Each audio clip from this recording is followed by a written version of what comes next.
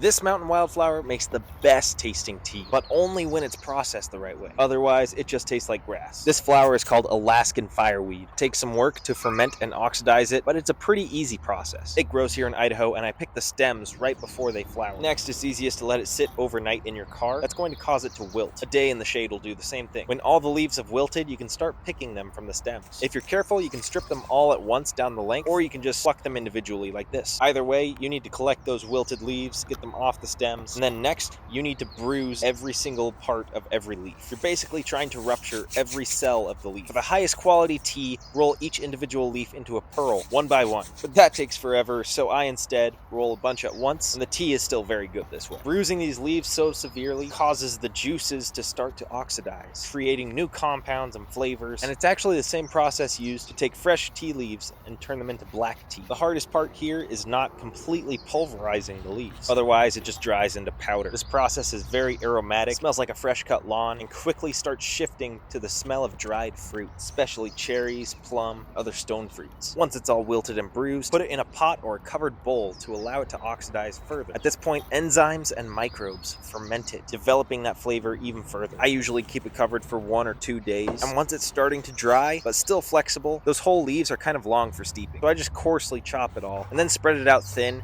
and quickly dry it, usually in the shade. Once completely dry, put it in an airtight container and keep it out of direct sunlight. I also like to sift it before putting it in the jar because that gets rid of all the really small particles that your tea infuser might not get. That way your tea is not gritty. Steep it just like an herbal tea. I like to give it a minimum of 5 minutes. Do not boil this tea. Just boil the water separately. Then off the boil, add your tea leaves, about 1 or 2 teaspoons per cup. I let it steep between 5 and 15 minutes. Then enjoy it with just a little sugar or honey. It's a highly nutritive tea and in fact a good sleep aid as well. So it's great to have in the evening, but really I have it any time of day. I especially like to take it camping. The finished tea is called Ivan chai. I think at one point it was very popular in Russia, hence the name Ivan, and then chai means tea.